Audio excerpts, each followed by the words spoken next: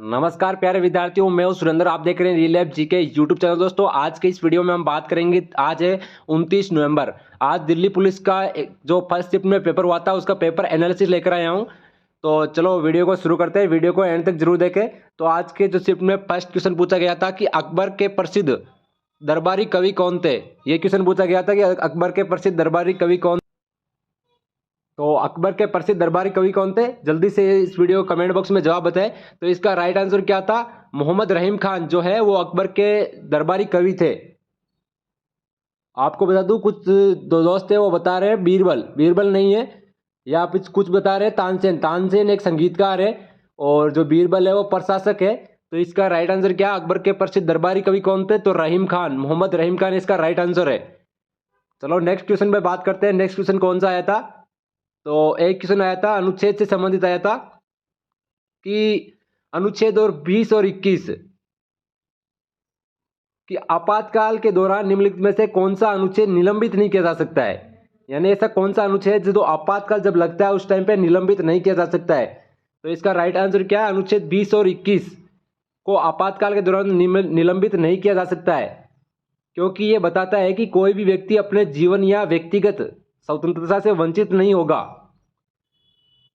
तो इसलिए इसको निलंबित नहीं किया जा सकता है आपातकाल के दौरान। जब भी आपातकाल लगता है, राष्ट्रपति शासन लगता है, तो अनुच्छेद 20 और 21 को निलंबित नहीं किया जाता है, वो लगातार वैसे ही रहते हैं।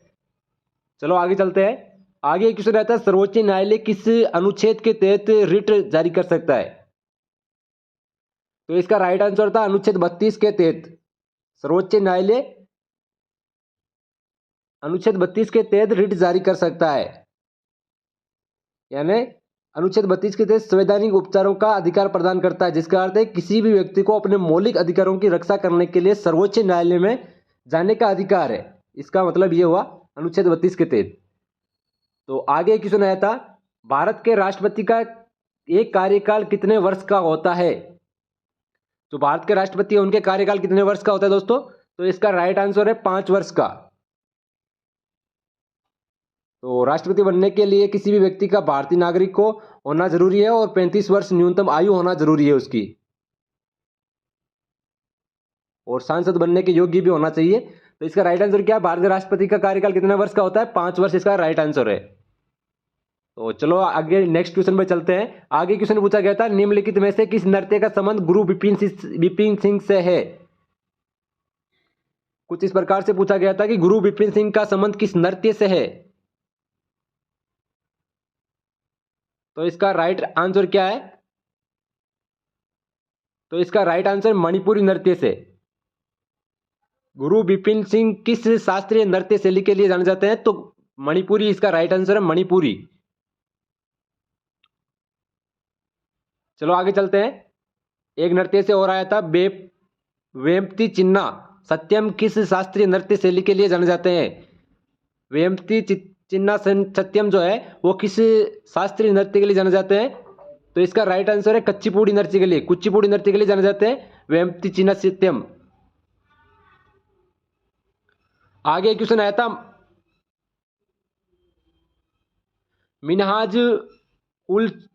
मिनहाज उस सिराज के अनुसार दिल्ली का आदर्श शासक कौन था। तो इसका राइट आंसर क्या है? सुल्तान इल्तुतमिश जो है वो दिल्ली के एक आदर्श शासक थे, सुल्तान मिनहाज उस सिराज के अनुसार। आगे क्वेश्चन पूछा गया था, शाहजहां के मयूर सिंहासन जो है उसको किसने लूटा था। या फिर ऐसा पूछा गया, मयूर सिंहासन किसने बनवाया। तो शाहजहां ने बनवाया, और इसको लूटा किसने था? तो नादिर शाह ने लूटा था। ये नादिर शाह ने भारत के एक प्रसिद्ध कोहिनूर का हीरा और शाहजहां के रत्न जड़ित जो मयूर सिंहासन है वो छीन लिया था। चलो नेक्स्ट क्वेश्चन में चलते हैं। तो सजीव प्राणी होते हैं वो किस मंडल में आते हैं विज्ञान की शाखा में। तो जैव मंडल या जैव मंडल, तो जैव मंडल में आते हैं। जैव मंडल शाखा है उसमें आते हैं सजीव प्राणी। तो एक क्वेश्चन पूछा गया था, विश्व का सबसे ऊंचा ज्वालामुखी कौन सा है। कुछ इस प्रकार से क्वेश्चन था। तो ये था, तो इसका राइट आंसर है इक्वाडोर में एक स्थित है कोटोपेक्सी, विश्व का सबसे ऊंचा तथा ज्वालामुखी पर्वत है जो 5897 मीटर ऊंचा है, कोटोपेक्सी जो इक्वाडोर में स्थित है। अगर ऐसा पूछा गया दुनिया का सबसे ऊंचा पर्वत कौन सा है, तो माउंट एवरेस्ट है। ये तो आपको पता ही है, 8849 मीटर इसकी हाइट है। तो आगे एक क्वेश्चन पूछा गया था, भारतीय संविधान के भाग 2 में निम्नलिखित में से कौन सी विशेषता है? तो इसका राइट आंसर क्या? नागरिकता। तो सही उत्तर इसका क्या हो गया? नागरिकता। भारतीय संविधान में 25 भाग है। भारतीय संविधान का भाग सेकंड जो है उसमें नागरिकता से संबंधित विभिन्न प्रावधानों से संबंधित है, इसमें बताया गया है। तो चलो आगे चलते हैं। आगे एक क्वेश्चन पूछा गया था, 1987 से 1992 तक भारत के राष्ट्रपति कौन थे? 1987 से 1992 तक भारत के राष्ट्रपति कौन थे? तो इसका राइट आंसर क्या था? राष्ट्रपति का क्रम पूछा गया था, रामास्वामी वेंकटरमण। जो रामास्वामी वेंकटरमण है वो 1987 से 1992 तक भारत के राष्ट्रपति थे। आगे पूछा गया है, राष्ट्रमंडल खेल से संबंधित पूछा गया है, राष्ट्रमंडल खेल में भारत ने कितने स्वर्ण पदक हासिल किए? तो स्वर्ण पदक तो 4 हासिल किए, और एक रजत पदक और एक कांस्य पदक। और इस प्रकार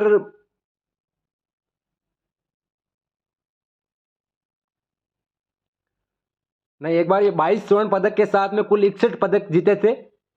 22 स्वर्ण पदक के साथ में 61 पदक जीते थे कुल टोटल राष्ट्रमंडल खेल में 2022 में। 61 पदक थे पूरे, और स्वर्ण पदक की बात करें तो 22 स्वर्ण पदक थे। अब आगे क्वेश्चन आया था, कॉमनवेल्थ गेम्स। राष्ट्रमंडल जो कॉमनवेल्थ गेम है उनमें भारत ने हॉकी में सबसे पहले जो इससे पहले कब मैच जीता था? 2022 से पहले एक 2022 में हुआ था जिसमें हार गई थी टीम इंडिया। तो इससे पहले 2014 में जीता था, विजेता रही थी कॉमनवेल्थ गेम 2014 की इंडिया। और जो अभी 2022 में हुआ है, बर्मिंघम में समाप्त हुआ है, उसमें जो है वो ऑस्ट्रेलिया ने जीता है हॉकी का। एक क्वेश्चन आया था, किस पंचवर्षीय योजना के दौरान 14 प्रमुख भारतीय बैंकों को राष्ट्रीयकृत किया गया था? किस पंचवर्षीय योजना के तहत 14 प्रमुख भारतीय बैंकों को राष्ट्रीयकृत किया गया था? तो इसकी राइट आंसर क्या है? चौथी योजना के द्वारा। जो चौथी पंचवर्षीय योजना हुई थी उसमें 14 प्रमुख भारतीय बैंकों का राष्ट्रीयकृत किया गया था। चलो आगे चलते हैं, आगे क्या क्वेश्चन पूछा गया है। आगे क्वेश्चन पूछा गया था, दाचीगाम राष्ट्रीय उद्यान किस लिए प्रसिद्ध है? यानी जो पशु के लिए प्रसिद्ध है दाचीगाम राष्ट्रीय उद्यान? तो इसका राइट आंसर क्या है? हंगुल या कश्मीरी हिरण। कश्मीरी हिरण के लिए प्रसिद्ध है दाचीगाम राष्ट्रीय उद्यान। एक क्वेश्चन आया था, जूडो के खेल में डेन का क्या अर्थ है? जूडो के खेल में डेन का क्या अर्थ है? शब्दावली से आया था, खेल की शब्दावली। तो डेन का क्या अर्थ होता है? श्रेणी या ब्लैक बेल्ट। श्रेणी या ब्लैक बेल्ट होता है जूडो खेल में ड्रेन से। आगे क्वेश्चन पूछा गया था, किस शासक ने पाटलिपुत्र को मगध साम्राज्य की राजधानी के रूप में स्थापित किया था? तो राजा उदयनी ने। और मगध की दूसरी राजधानी क्या थी? पाटलिपुत्र, आधुनिक पटना। ये कल पूछा गया था। एक क्वेश्चन आया था, कॉमनवेल्थ गेम्स 2026 की मेजबान देश कौन सा है?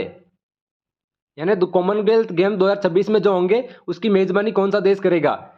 तो इसका राइट आंसर है विक्टोरिया, ऑस्ट्रेलिया। ऑस्ट्रेलिया में इसकी मेजबान देश है ऑस्ट्रेलिया। और आपको पता 2022 में कहां पर हुआ था? बर्मिंघम में, इंग्लैंड में स्थित है बर्मिंघम, वहां पर हुआ था। चलो आगे चलते हैं, मानव के श्वेत रक्त कण यानी डब्ल्यूबीसी का जीवन काल लगभग कितने समय का होता है? यह भी क्वेश्चन पूछा गया था। डब्ल्यूबीसी है उसका जीवन काल पूछा गया था, कितने जीवन काल होता है उसका? तो इसका जीवन काल होता है 13 से 20 दिन के बीच में। डब्ल्यूबीसी का जीवन काल कितने दिन होता है? 13 से 20 दिन के बीच। और याद रखना आरबीसी का जीवन काल कितने दिन का होता है? तो 20 से 120 दिनों के बीच का होता है। तो एक क्वेश्चन और शब्दावली से आया था कि कबड्डी में केंट, जो कबड्डी के मैच होता है, खेल होता है, उसमें केंट से आप क्या समझते हैं या क्या मतलब होता है केंट का? इसका मतलब होता है जब कोई खिलाड़ी विपक्षी टीम के आधे हिस्से में जाता है तो उसे लगातार प्रतिक्रिया तक एक सांस में कबड्डी कबड्डी का जाप करना पड़ता होता है ना, वही उसको ही केंट कहा जाता है। यानी बार बार हम जब कबड्डी में जो रेड देने जाते हैं तो कबड्डी में करते हैं ना, कबड्डी कबड्डी कबड्डी, वही केंट अर्थ होता है उसका। ये पूछा गया था आज के जो पेपर है उसमें। तो एक क्वेश्चन आया था, राज्य के नीति निर्देशक तत्वों को किस अनुच्छेद के तहत पंचायत प्रणाली को समर्थन किया गया था? तो अनुच्छेद 40 इसका राइट आंसर है।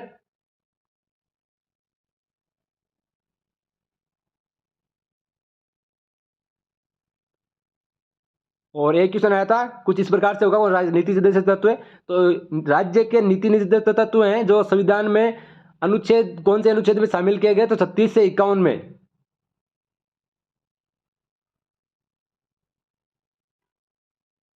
तो एक क्वेश्चन पूछा गया था, 1878 के वर्नाकुलर जो प्रेस एक्ट था उसको निरस्त किसने किया था? तो इसका राइट आंसर था लॉर्ड रिपन ने। लॉर्ड रिपन ने वर्नाकुलर जो प्रेस एक्ट था उसको निरस्त कर दिया था।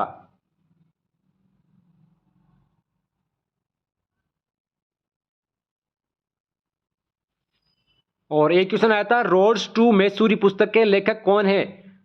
तो ये एसएससी में पूछा गया, एमटीएस में पिछली बार 2022 में। तो इसका राइट आंसर था स्किन बॉन्ड। स्किन बॉन्ड जो है रोड्स टू मैसूरी पुस्तक के लेखक हैं। ये भारतीय लेखक है एक, और उन्हें 1956 में रिलीज की थी इस पुस्तक को। और इनको जॉन लेबनिन राइस पुरस्कार भी सम्मानित किया गया है 1957 में इस पुस्तक के लिए। तो दोस्तों ये क्वेश्चन थे। वीडियो अच्छा लगा वीडियो को लाइक और शेयर करें अपने दोस्तों के बीच में, और चैनल पे नए हो तो सब्सक्राइब करके बेल आइकन दबा के रखें, ताकि आपको जो भी आगे एनालिसिस है वो लेकर आऊंगा मैं जल्दी। तो जय हिंद दोस्तों, मिलते हैं नेक्स्ट वीडियो में। जय हिंद, जय भारत।